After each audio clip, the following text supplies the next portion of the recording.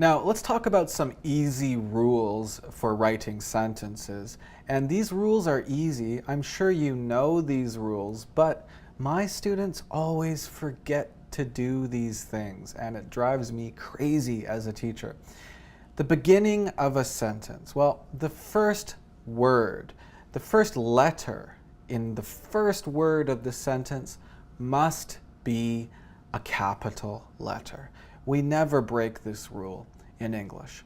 An example, the new facilities are amazing.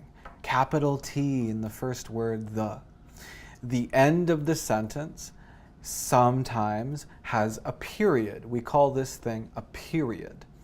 So an example, she didn't like the view from the bedroom. You can see capital S to start the sentence, and after bedroom we have a period. Now if it's a question, we don't use a period, we use a question mark. Did you read the lease? Again, capital D to start the sentence, and a question mark at the end of the sentence.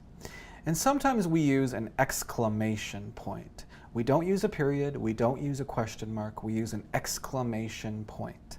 And this shows emphasis. This shows a strong meaning.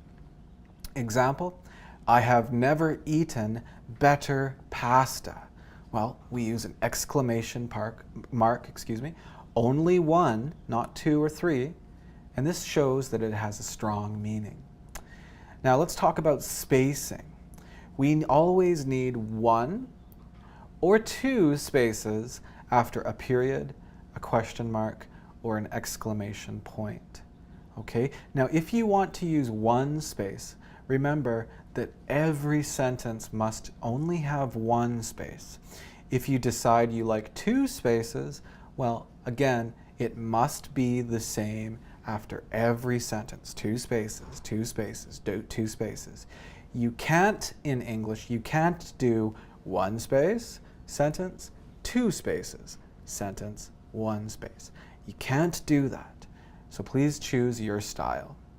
An example, I have never eaten better pasta, exclamation point, one space. It is delicious.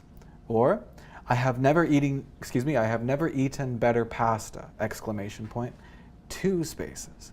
It is delicious. So this is up to you. When I write, I like to use two spaces, but maybe you'll use one space. To practice this more, click on the link under the video.